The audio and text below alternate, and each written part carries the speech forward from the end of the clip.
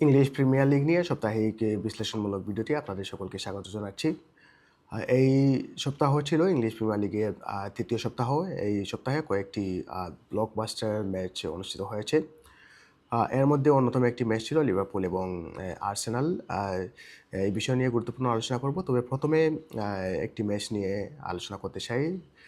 সেটি হচ্ছে চেলসি এবং ফুলহাম। চেলসি এবং ফুলহাম দুটি প্রতিবেশী ক্লাব লন্ডনের। ইংলিশ প্রিমিয়ার লিগের প্রথমবারের মতো এই মৌসুমে মুখোমুখি হয়েছিল এবং ওইখানে চেলসি 2-0 গোলে জয়লাভ করতে সক্ষম হয়েছে। সম্ভবত চেলসি ফুলহাম থেকে অনেকটা স্ট্রং।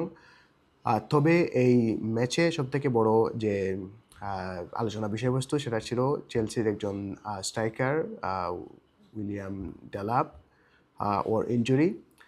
চেলসি মেইন একজন স্ট্রাইকার ছিল ডেলাপ এবং ওকে কেন্দ্র করে আরও কয়েকজন প্লেয়ারকে ছেড়ে দেওয়া হয়েছিল।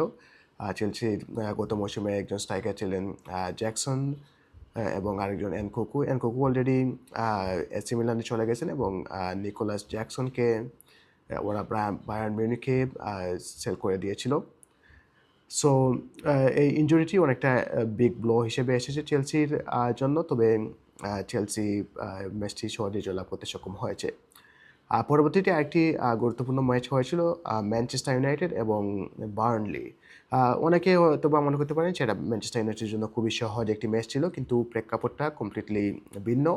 বর্তমান সময়ে ম্যানচেস্টার ইউনাইটেডের পারফরমেন্স এমন পর্যায়ে গিয়ে পৌঁছেছে যেখানে ওরা বার্নলির সাথে জয়লাভ করে এমনভাবে উদযাপন করতেছে মনে হচ্ছে ওরা একটি ক্লাব ওয়ার্ল্ড কাপ অথবা ইংলিশ প্রিমিয়ার লিগের মতো একটি বড় চ্যাম্পিয়নশিপ জয়লাভ করেছে।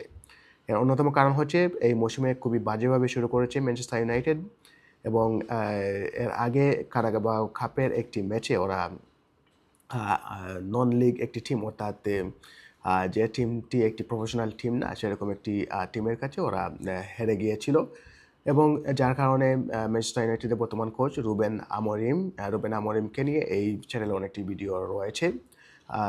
রুবেন আমরিম অনেকটা সমালোচনার মুখোমুখি হচ্ছিলেন এবং অনেকে মনে করছিলেন এই ম্যাচটি যদি ম্যানচেস্টার ইউনাইটেড জয়লাভ করতে না পারে তাহলে রুবেন আমরিমের ম্যানচেস্টার ইউনাইটেড ক্যারিয়ার এখানেই শেষ হয়ে যাবে। ফর্চুনেটলি ম্যানচেস্টার ইউনাইটেড ওই ম্যাচে জয়লাভ করতে সক্ষম হয়েছে বার্নলির সাথে, যদিও অনেক কষ্টসাধ্য ছিল এই জয়টি।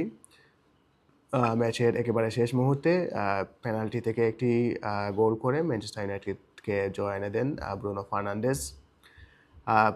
ম্যাচটি একটা পর্যায়ে 2-2 গোলে ড্র হচ্ছে বলে মনে হচ্ছিল, তবে ফাইনাল ম্যানচেস্টার ইউনাইটেড জয়লাভ করতে সক্ষম হয়েছে এবং এটা ওদের জন্য অনেক বড় একটা রিলিফ। ভবিষ্যতে ম্যানচেস্টার ইউনাইটেডের খুবই স্ট্রং দুটি ম্যাচ রয়েছে, একটি ম্যানচেস্টার সিটির বিপক্ষে এবং আরেকটি মনে হয় চেলসির বিপক্ষে। তো ম্যানচেস্টার ইউনাইটেডের জন্য খুবই কঠিন সময় অপেক্ষা করতেছে বলা যায়। পরবর্তী আরেকটি ম্যাচে ম্যানচেস্টার সিটি এবং ব্রাইটন মুখোমুখি হয়েছিল। ওই ম্যাচটিতে ম্যানচেস্টার সিটি 1-2 গোলে ব্রাইটনের কাছে হেরে গেছে। এটি অনেকটা অপ্রত্যাশিত ছিল, তবে ম্যানচেস্টার ইউনাইটেডে এটি এই মৌসুমের দ্বিতীয় পরাজয়। একটা সময় ম্যানচেস্টার সিটি পরাজিত হলে সেটা হেডলাইন হতো বিশ্বব্যাপী, তবে গত মৌসুম থেকে সেটি অনেকটা স্বাভাবিক হয়ে গেছে। ম্যানচেস্টার সিটি ওরা হামেশাই পরাজিত হচ্ছে এবং এই মৌসুমে খুবই আর্লি অলরেডি 3টি ম্যাচ খেলা হয়েছে এবং সেখানে ওরা 2টি ম্যাচ অলরেডি হেরে গেছে। ম্যানচেস্টার সিটির যে প্রবলেমটা গত মৌসুমের শেষের দিকে দেখা গিয়েছিল, এখন মনে হচ্ছে সেই প্রবলেমগুলো আবারও ব্যাক করতেছে এবং আসলে এই প্রবলেমগুলো সলভ করার চেষ্টা করা হয়নি। ম্যানচেস্টার সিটির যে ব্যাকলাইনের যে সমস্যা ছিল সেটা এখনও রয়েছে এবং ট্রান্সফার উইন্ডো ক্লোজ হয়ে গেছে বর্তমানে। কাজেই ম্যানচেস্টার সিটি আগামী জানুয়ারি মাসের আগ পর্যন্ত কোনো নতুন প্লেয়ার সাইনিং করাতে পারবে না এবং ওদের হাতে যে সমস্ত অপশন রয়েছে এই সমস্ত অপশনগুলো কিন্তু গত বছরে ফেল্ড করেছে। এখন পেপ গার্দিওলার একটি মাত্র অপশন রয়েছে ওনার ট্যাকটিক্সে পরিবর্তন এনে নতুন কিছু করা। সেটা যদি উনি সাকসেসফুল না হন তাহলে ম্যানচেস্টার সিটি অনেকটা স্ট্রাগল করবে এই মৌসুমে, সেটা দেখেই বোঝা যাচ্ছে। এবং আমার মনে হয় এই মৌসুমে ম্যানচেস্টার সিটি সাথে ম্যানচেস্টার সিটি ছেড়ে চলে যেতে বাধ্য হতে পারেন পেপ গার্দিওলা, সেটা সময়ের বিষয়। আরেকটি ম্যাচ টটেনহ্যাম হটস্পায়ার এবং বার্নমাউথ মুখোমুখি হয়েছিল। সেখানে টটেনহ্যাম হটস্পায়ার পরাজিত হয়েছে এই ম্যাচে। টটেনহ্যাম হটস্পায়ার প্রথম দুটি ম্যাচে খুবই ভালো খেলেছিল, কিন্তু এই তৃতীয় ম্যাচটি এসে জয়লাভ করতে সক্ষম হয়নি। এবং পরবর্তীতে যে মোস্ট ওয়েটিং গেম, যেটা লিভারপুল এবং আর্সেনাল মুখোমুখি হয়েছিল, সেটা অনেক প্রত্যাশিত ছিল এবং ওই ম্যাচে লিভারপুল কিন্তু আর্সেনালকে 1-0 গোলে পরাজিত করতে সক্ষম হয়।